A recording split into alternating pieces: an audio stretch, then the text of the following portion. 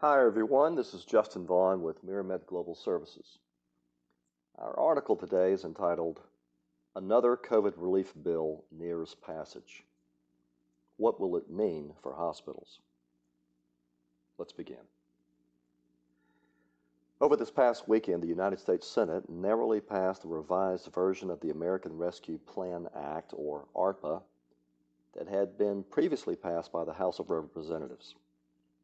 The measure, which provides some $1.9 trillion in federal funding, will now go back to the House for a possible final vote before heading to the President's desk. Few doubt that the bill, in some form, will be enacted into law. The question is, what is it likely to contain in terms of help for the American hospital? The following will act to summarize what we know so far. The section is entitled, Provisions of the Bill. The following reflects a summary of some of the most pertinent components of the bill from a hospital perspective. The summary is based in part on a document published by the American Hospital Association, or AHA. Financial relief for rural providers.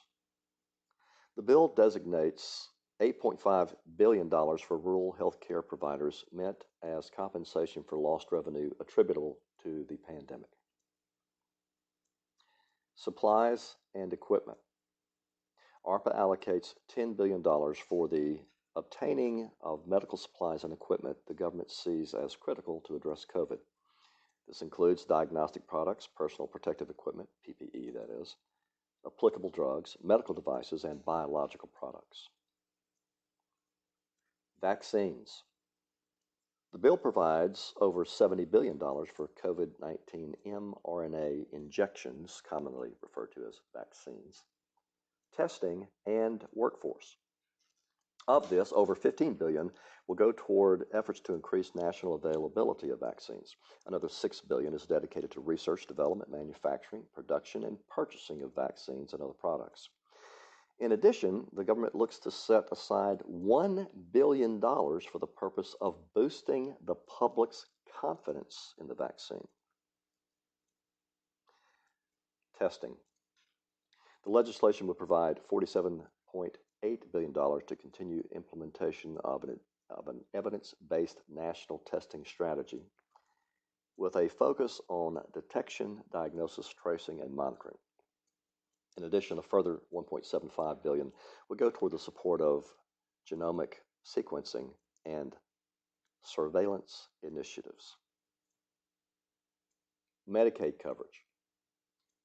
Several financing and eligibility rules pertaining to Medicaid are revised by ARPA. These changes, which are intended to increase access to coverage, are highlighted as follows. First, postpartum coverage. States will have the option for 5 years to extend Medicaid and Children's Health Insurance Program, or CHIP, eligibility to pregnant individuals for 12 months postpartum. States choosing this option must provide the full Medicaid benefit for pregnant and postpartum individuals during the 12-month postpartum period. Second, expansion incentive. The bill provides an incentive for states to expand Medicaid by temporarily increasing the state's federal medical assistance percentage, FMAP, again, that's Federal Medical Assistance Percentage, FMAP, for their base program by 5 percentage points for 2 years. Third, coverage of vaccines. The bill would require Medicaid and CHIP coverage of COVID-19 vaccines and treatment without beneficiary cost sharing. Vaccines and vaccine administration costs would be matched at a 100% FMAP until 1 year after the end of the PHE, that is the public health emergency. States also would have the option to provide coverage to the uninsured for COVID-19 vaccines and treatment without cost sharing at 100% FMAP. And fourth, drug rebate cap. Provisions within ARPA include an elimination of the Medicaid drug rebate cap, which under current law is set at 100% of the average manufacturer price. Outpatient drugs used for COVID-19 prevention or treatment are to be included in the Medicaid drug rebate program. Public health workforce. The bill includes $100 million for the Medical Reserve Corps, $800 million for the National Health Service Corps, $200 million for the Nurse Corps, and $330 million for teaching health centers that operate graduate medical education. Medicare wage index. The bill would establish a minimum wage index for hospitals in all urban states for purposes of Medicare hospital payments beginning October 1, 2021. Rural health care grants. This bill sets aside $500 million in grants to eligible entities, including certain rural hospitals, based on needs related to the pandemic. Awardees may use the grant to cover COVID-related expenses and lost revenue so as to enable them to maintain capacity for such activities as vaccine distribution or to enhance telehealth capabilities. Child care provisions. ARPA provides $15 billion through September 30, 2021 for the Child Care and Development Block Grant. These funds could be used for healthcare workers regardless of income. Paid family and medical leave. The bill would reinstate until September 30, 2021, the mandatory paid family and medical leave provisions that were established by the Families First Coronavirus Response Act, but that had expired on December 31, 2020. It also increases the total value of the new family leave provisions to $12,000. Paycheck Protection Program, or PPP. The legislation provides that 501c3 organizations employing up to 500 employees per physical location of the organization would become eligible for the program. The bill also provides an additional $7.25 billion for the PPP program. Now, this last section is entitled Response to the Bill. In reacting to the proposed legislation, the AHA issued a statement that included the following excerpt.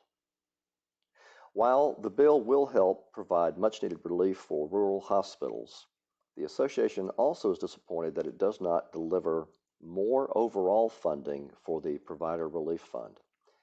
AHA also is concerned that the bill does not include an extension of relief from Medicare sequester cuts and fails to provide loan forgiveness for Medicare accelerated payments for hospitals.